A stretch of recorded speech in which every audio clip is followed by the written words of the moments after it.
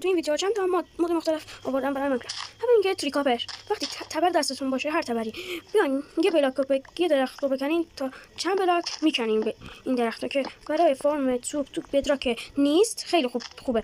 دومی مود گلاس. ببین تو نسخه قبلی خط و خش بود ولی تو این مود اصلا خط و خش نیست و گلاس یک دست داشت. دومی مود مینی بلاک که هم خیلی از بلاک‌ها مینی بلاک شدن که من حالا 5 تاش کلا آوردم و مود دو تخت ها که 16 نوع تخت داریم، 16 تا رنگ که من چند تاش آوردم چون تو ویدیو جا نشد. و دومی مود و آخرین مود بهترین از نظر من وقتی شما تورچ دستتون باشه بیاین تو این هر جایی اینجا روشن میشه. ولی میخواید تو دست چپتون باشه تورچ رو برمی‌دارید می‌ذارید تو کرافتینگ یه چیزی میاد به نام تورچ لفت هند. اون اگه بسازی به صورت خودکار میاد تو دستتون وقتی بیاد قشنگ همه جا رو روشن میکنه.